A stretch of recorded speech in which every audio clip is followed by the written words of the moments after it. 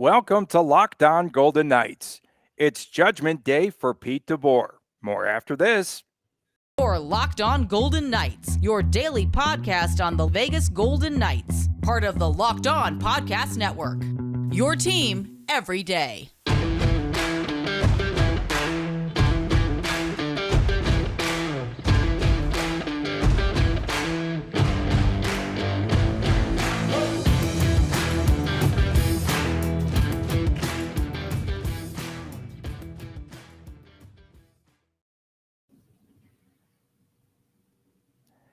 Again, everyone, I'm Tony Cordasco along with Chris Golick, and you could follow us at Locked On VGK, myself at Tony Dasco. Chris Golick could be found at TD Chris G on Twitter, and we have a lot of lively conversations. Thanks for making Locked On Golden Knights your first listen every day. It is free and available wherever you get your podcast. And Kelly McCrimmon, Chris, is expected to meet with Pete DeBoer today, and that should decide the fate of VGK's head coach. And if you were to point out, let's do pros and cons. If you were to point out both sides of innovation, that's how my bosses in the past would evaluate me and would go against all these KPIs and all those other buzzwords that they throw around. You're giving me, you're giving me, I need a tongue. Yeah, bad nightmares, flashbacks. I'll be right back. Hold on. You do the show without me. Let's do pros and cons in our second video show. Pros, okay, so they played through adversity. They played through injuries. Had the team right there in the end, okay, despite everything, adversity, injuries, and all that. He couldn't roll four lines due to the cap. Once again, late in when it mattered the most. So you got to feel for him, about that. A lot of pressure being applied, I think, by the front off and all those games that they played with the LTIR. So those are some of the pros, I think, and you might have some more. The cons, again, the system. Got to point to that directly first and foremost. It's an antiquated system. It's a predictable system, GK. The poor power, of course, poor special team overall. The lack of creativity. The tentativeness of this team. If you make a mistake, what does that mean? And then the lack of aggressiveness, shootout record, all of those things.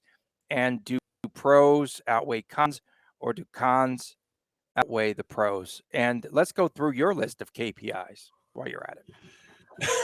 Jeez. I'm glad you didn't give me a heads up about that question, because I would have scrapped that before we even started. So let's start maybe a level higher, because you did mention front office. Bill Foley ultimately, I think, is going to weigh in on these decisions. So if I'm Bill Foley, I'm trying to put my former manager director hat on right now.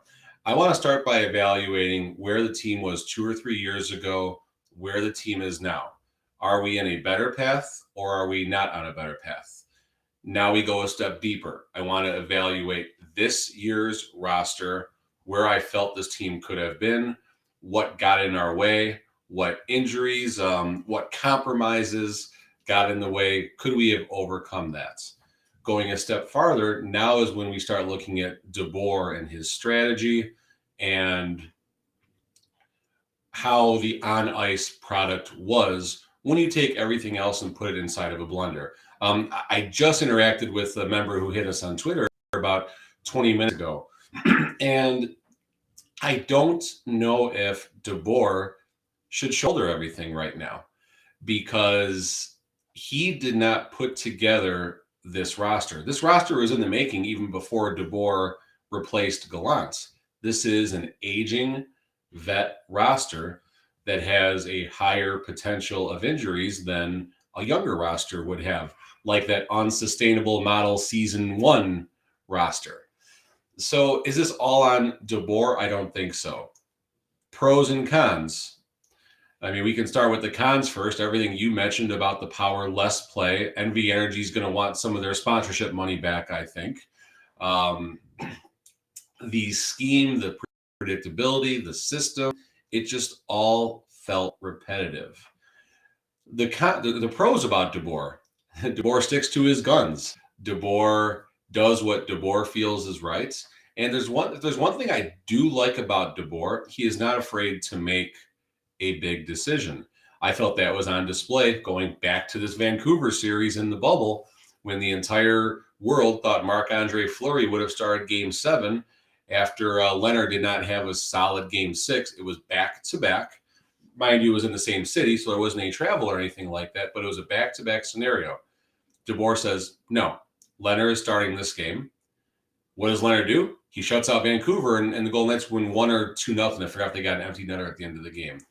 So DeBoer sticks to his guns. He is probably a process before results type of individual, but DeBoer has also alluded to we are in a results-driven world. And at the end of the day, it's wins, it's losses, it's how far you make it in the playoffs. And just what a spot for VGK right now.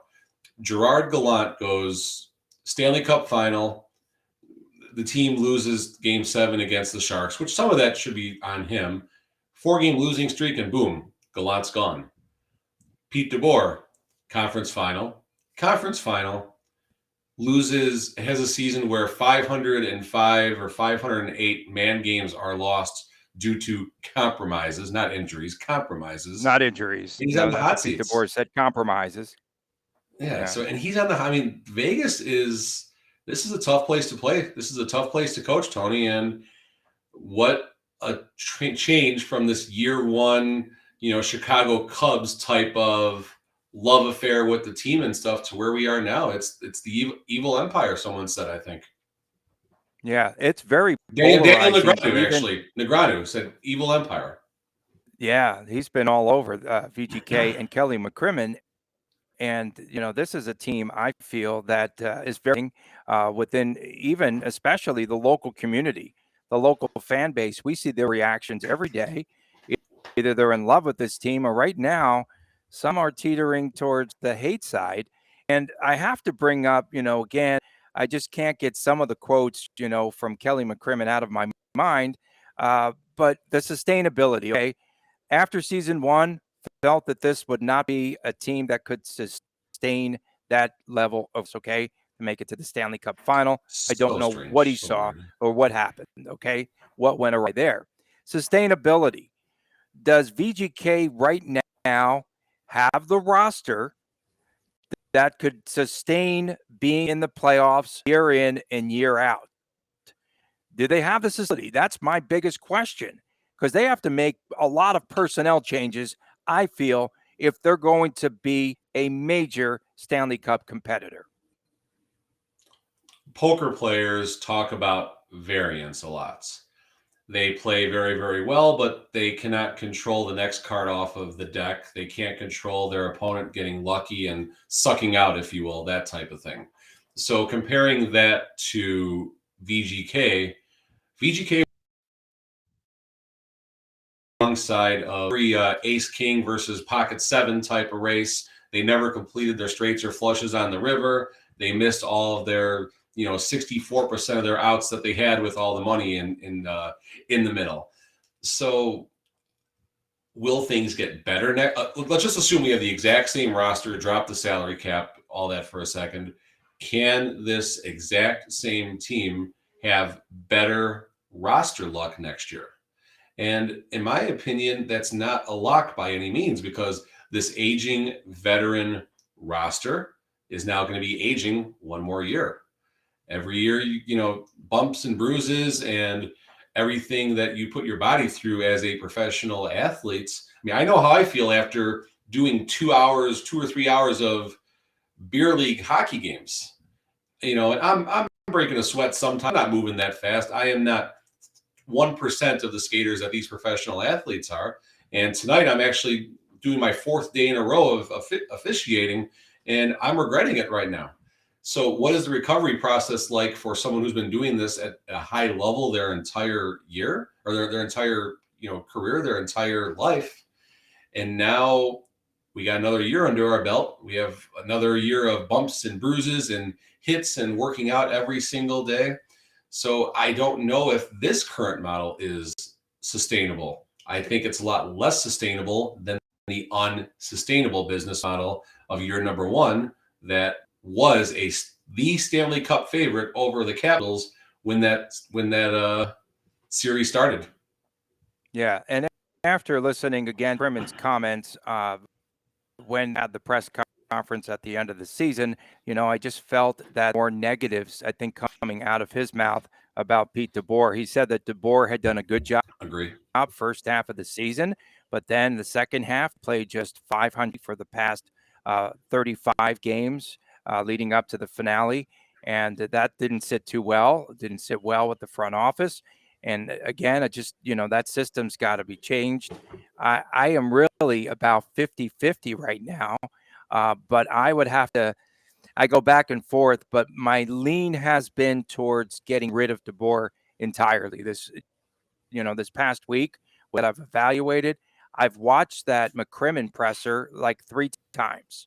And even, Sorry. state-run YouTube, state-run YouTube by VGK even cut out the dysfunctional part at the end of the video. So, of course, you have to find that somewhere else online. But and again, we were talking in yesterday's episode, Chris, about if they get rid of Pete DeBoer, it'll be after 5:00 afternoon, part of the news dump.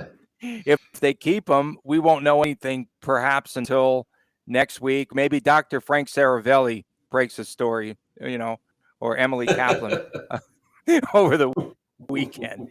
But they're going to keep this as quiet. If they keep him, if they fire him, again, it'll all be equally as quiet. It'll happen after everyone's gone home or gone on their boats for the weekend. This goes back to the evaluation process, I think, and where everything rolls downhill, right? Where does the boulder come? Where does the boulder highway come? There you go. Where does that boulder come where everything comes to a stop? And I think at the end of the day, Foley has to look at 2 or 3 different things right now. One, could DeBoer have overcome the injury situation? First 40 games, everything was going well, competing for the lead in the Pacific, comfortably in a playoff spot. As players returned to health in the last 40 games is when we fell off track a lot, obviously. And is that because DeBoer was not coaching as well as he should have? Fair. Is that because other teams started competing a lot harder and they were a little more well-rested? I think Stone made the comment about that, where the players are hitting breaking points because they're playing so much. They're playing more minutes than expected. And that even goes to the line 1 and line 2. Instead of logging, that 18 to 22 minutes, now it's 23 to 24 and 25 minutes, where they're getting thumped and pounded and beaten to a pulp by the other team's checking line. And the chemistry of the interchanging parts of the lines all the time. And I think DeBoer does shoulder a lot of this blame. I think that there could have been more creativity at times with the roster and with the lines, whatever happens in practice as well. But I don't know if you can put this only on DeBoer. Now, if I'm Foley and I say I'm firing someone to make a point, then it's going to be DeBoer. It's not going to be McPhee. It's not going to be McCrimmon. I think Foley wants to see the plan through that they have put together. This sustainable model, I keep going back to that, and that's my trigger today, Tony. The unsustainable model that went to the Stanley Cup final. Now we seem to have an unsustainable cap team that apparently is on track to becoming a sustainable model. If you can figure that out, you can figure out advanced algebra in your head. You know that FOIL system like the back of your hand. And it's a Rubik's Cube, but it's not like a 3x3x3 Rubik's Cube. It's like one of those crazy 6x7 triangular ones right now that, needs to be figured out right now. And I can only imagine how City National is right now. I was looking up last night when I was reffing over there, and you got the Misfits all on the one picture. William Karlsson is by himself on another picture, your favorites. And maybe I should just keep an eye out and see if they start changing do some redecorating. That'll tell us what's happening in the near future, Tony. And did Pete DeBoer more or less seal his fate by saying that the power play unit was dead on arrival? because he has to admit that it's dead if he's going to perform an autopsy with the analytics department. I just think he's using too much of the analytics too anyway. And that, I think, is part of the problem that needs to change. The DOA comment about the autopsy, Tony, that's pretty that's pretty good stuff right there. That's got viral potential. That was solid. So good job with your media hat today, brother. But that is a legit perspective. I mean, when you say that, yes, you are saying my power play unit of the team that I lead with a $90 million payroll, $7 million over the salary cap, or whatever the number is right now. My power play unit that I procured is dead on arrival. That doesn't sound good. But same breath, DeBoer does show some humanism when he's talking. Is that a word, humanism? I don't know, whatever.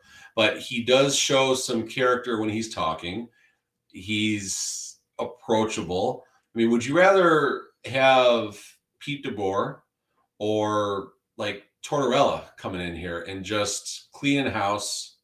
But they would never hire someone like Torts because he's gallant. He's going to go in his office, close the door. I'm going to coach this damn team. It's my team. Don't you talk to me. McCrimmon, McPhee, you give me a roster. I'll make whatever I can with it, but don't interfere with me.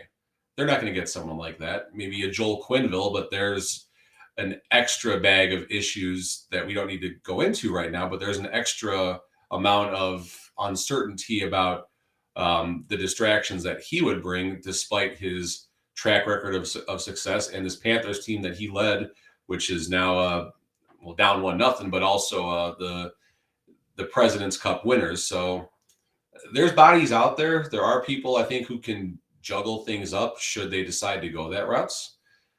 5 o'clock can't come soon enough, Tony. Stay with us. Coming up next, VGK lacking physicality. How can they improve? You are listening to Locked On Golden Knights.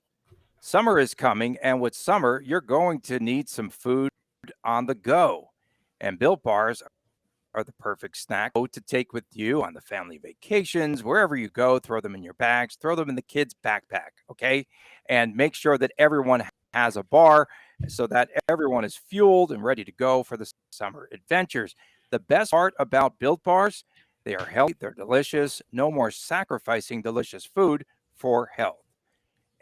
And with Built Bars, you can have both, and it's easy. All you have to do is go to Built.com, and you can order now. Everything, including the puffs, covered in 100% real chocolate. I'm hungry right now, and I need a Built Bar bad. And that means that with Built Bar, that you could have both eating healthy and actually enjoying it at the very same time. And with puffs, you've got some great flavors, banana cream pie, and even churro. And who doesn't want a protein bar that tastes like a churro? Only 140 calories. So sign both myself and Chris up. Definitely make sure that there is something for everyone. And do you know what my favorite flavor is? It is banana cream pie. That is. Right now, I am ready to go. Built Bar, 130 calories, 4 grams of sugar, 4 net carbs, and 17 grams of protein. Go to Built.com. Use promo code LOCK15. You will get 15% off of your order. Go to Locked On. Go to Built.com. Use the promo code TEAM. 15% off at Built.com. Welcome back. And for your next listen, make sure that you check out Locked On Now, nightly recaps of each and every NHL game with analysis from all of our local experts. It is free and available wherever you get your podcast. Tony Cordasco and my man, Chris Golick from Las Vegas. We are now on video, and that's why I'm screwing things up. No teleprompter in front of me. And another Kelly McCrimmon-ism, another line, Chris, that we heard. This one stood out to me this week, amongst others. There are many comments and quotes. The media, he said, would not be talking about the physicality of this team if VGK had played at full strength this season. And I strongly disagree. Okay. If you're rolling 4 lines, your 4th line is the energy line. And Nick Waugh, Keegan Colasar, William Carrier. That's a line that's going to thump you. If the team was winning, would physicality be questioned? Probably not. If the team's winning, I don't care how they win, Tony. I don't care how they win the Stanley Cup. I don't care about the names on the back of the jersey if they win the Stanley Cup. As amazing as it would have been season 1 to see Derek Engelland pass the puck or pass the cup off to Fleury, passes it to James Neal, to David Perron, then we work our way down. That'd be awesome, Tony. And if season 6, how amazing if they just decided, oh, Marc-Andre Fleury, let's get him back here. David Perron, yep. James Neal, we're going to pull him out of the AHL, and it's going to be amazing. Sure, VGK fans would love that type of Stanley Cup team, but people get too emotionally tied to things like that. So to your point, would physicality be questioned if they are winning? No. If the power play was the same dismal power play that it is now, but they made it deep into the playoffs, would we be questioning it? A little bit. But, this is what happens when things don't go well. Speaking of not going well, over my shoulder back here, did you notice that Enoch jersey I got? Not Eakin, Enoch. My guys over at Legacy Sports Cards had that made when he had a signing over there. And someone pressed the wrong button on the stamper, so I picked that up. So that's a signed Enoch jersey. So that's anyway. You said things not going well, so I figured that was a good time to drop that in there. But that's by design, folks. Don't at me on Twitter. My jersey's wrong. It's on purpose, and if it triggers you, then it did my job. I did my job with it. Okay, so I'm going to trigger fanboys everywhere from coast to coast because people said, and all season long, I constantly, Chris, I had to point out, that VGK was getting out hit. You like #fanboy. Yes. Fanboy Friday. It's right here. It's live. It's live, and we're on video today, too. Each and every game, Chris, VGK was out hit in every game.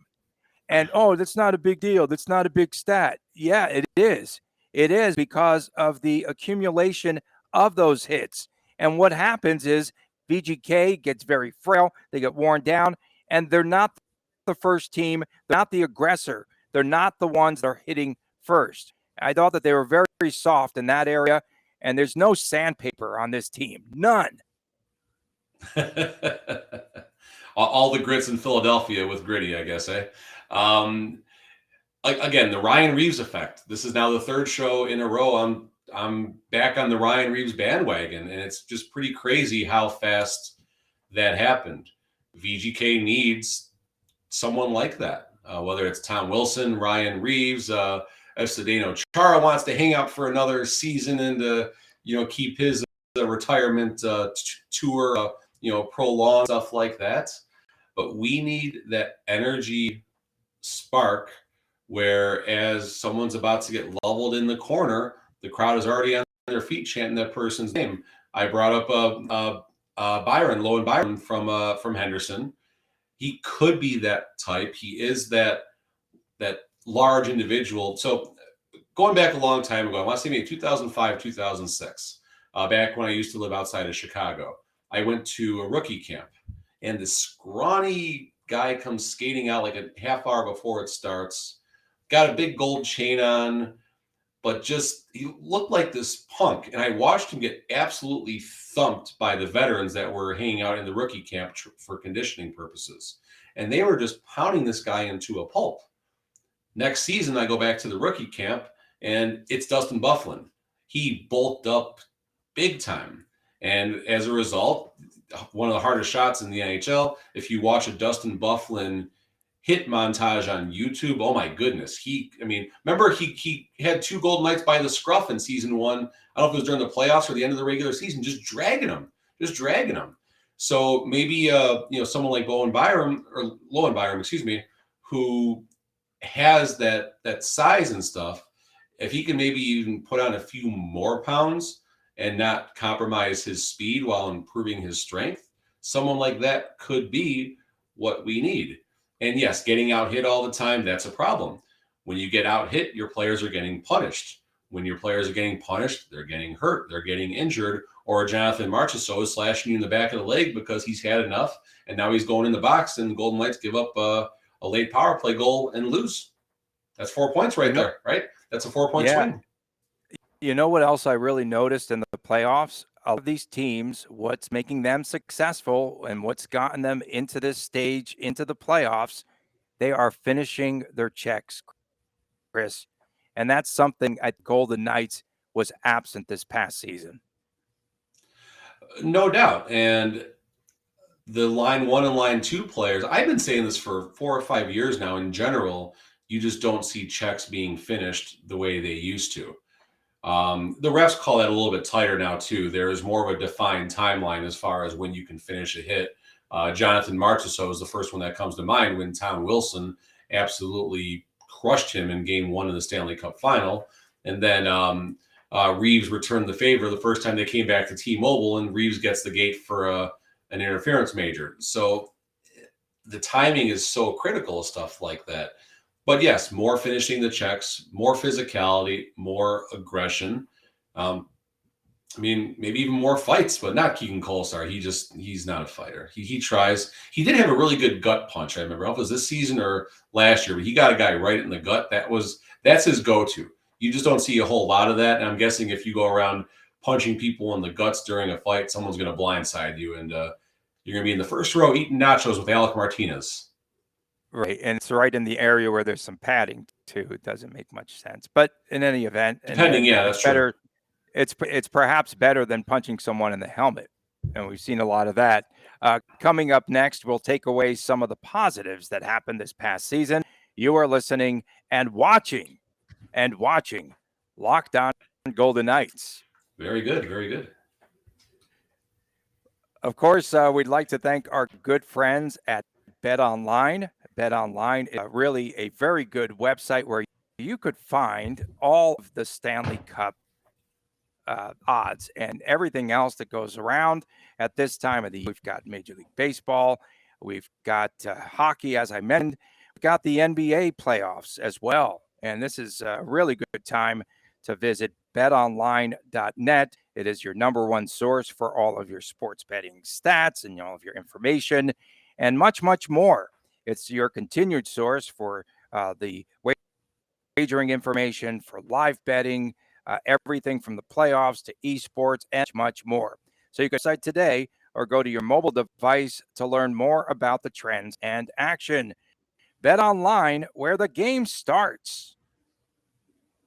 Welcome back from Las Vegas, Tony Cordasco and Chris Golick. We thank you all for tuning in. And again, we are free and available wherever you find your podcast. You're watching, you're listening, you're learning something today, I hope. And Chris, as we head into this weekend, before we see this media dump of Pete DeBoer getting fired, let's now stress some of I had to go there. Yeah. Let's stress some of the positives that came out of this season for VGK. And I know that you'd like to talk first and foremost about Logan Thompson. It's a positive, but on the negative side, because they seem to try to balance things out for some stupid reason, Robin Leonard could now be on the trading block. No, let's stick to positives. Logan Thompson was our savior. He gave the Golden Knights a chance. And before I even just start rattling off, regurgitating stats, I guess you can say, Ben Hutton, what a pickup that is right there. When the signing is that the happened, Barbie doll? That's the Barbie doll. That's the Barbie doll guy. That's the first thing that surfaced with him. Like, okay, this is who we got. And then the reaction was like, okay, this guy's pretty Vegas if he's willing to put himself out there like that. Nick Waugh, nice solid year. Howden was a good filler. Patrick when he was healthy. Coughlin pitched in a lot in the back. Will Carrier, career best year as far as points go. Now just kind of going down by the stats. This is the first thing that really stood out to me. Can you guess Zach Whitecloud's plus minus on the year? Did he lead the team? He led the team. Okay, he was about a plus, somewhere between plus 12 and plus 15. Yeah? Hit me, blackjack, 21. He was a plus 21, Tony. That is, I found that remarkable. 59 games played, plus 21, only 19 points on the season. So he took care of the house, if you will, whenever he was out there. Nick Good point. Wow plus 12. Nick Wow Oh, plus 12, who's grinding down on the third line and such, and also having time on the first line, which is not known for their defensive ability. McNabb a plus 10 while he's out there just absolutely leveling people. Now going away from the stats, just kind of general feel watching the HSK boys make their mark. Miromanov in the back, looking at Lecision, Ronbjerg, Paul Cotter. Paul Cotter is someone I think you might see a little more of next year. Dorofeev, I think he really is going to make a case for an extended. I don't know if he's going to be an 82 game type player, but I think Dorofeev is someone he might start like down in Henderson and work his way up. He might have a real strong rookie camp, but there's a lot to look forward to as far as the bottom six next year, depending on what happens with, of course, line 4 and everything. You can make a real nice line 3 from Team Henderson, if you will. Line 4 hopefully stays intact. Some combination of Carrier, Waugh, and then Colasar, who again a solid season as well. Top 10 in the league in hits, 4th amongst scoring for the top 10 in hits. Higher than Ryan Reeves, but apparently I'm back on the Ryan Reeves train right now. So I don't know if I'm on Colasar or Reeves or maybe Tom Wilson. Maybe we can get Tom Wilson in a Golden Knights jersey. Speaking of triggering the VGK faithful, huh? yeah, that would definitely Evander get the Kane. fans trigger. He scored a goal last night or a couple of nights ago. All he does is score goals. All he does is score goals. He's really fit in very well. And, when you're talking about positives, again, Chandler Stevenson, I thought was a plus. And, of course, career year. Several players on this team actually did have career years because they played a lot. And playing more minutes due to injuries is a plus and minus in and of itself. And what did you think of Alex Pietrangelo? Because I'm still iffy on his overall performance. Played a lot more minutes. Perhaps he did wear down. He was, 100%, or they had a few days off. At times, I think he was a little bit behind the play. Another trait that VGK really needs to change next season is this puck watching, because that was a repeated trend with this year's Golden Knights team. So Pietrangelo, one thing I liked about his first games with VGK, I noticed on the power play, all the guy did was shoot the puck. All he did was shoot the puck, which is not a bad thing. I know we go up and back about that one more pass versus, shooting the puck right into the goalie's crest and stuff like that. So he's someone who I thought could give an edge and help improve the power play situation throughout. Obviously, that was not the case as a whole. That's not only on Pietrangelo. You can put that on, starting with the coaches and everybody on downhill, as we discussed. Is Pietrangelo worth that contract?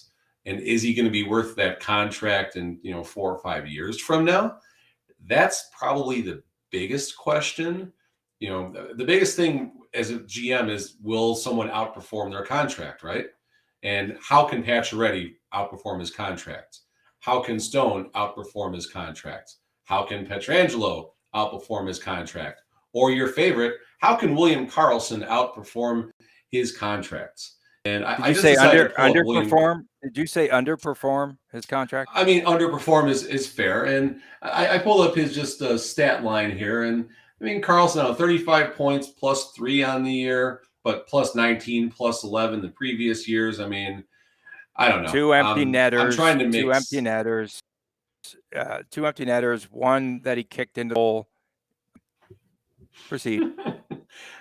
Fair enough, but will someone give us any return for someone like William Karlsson?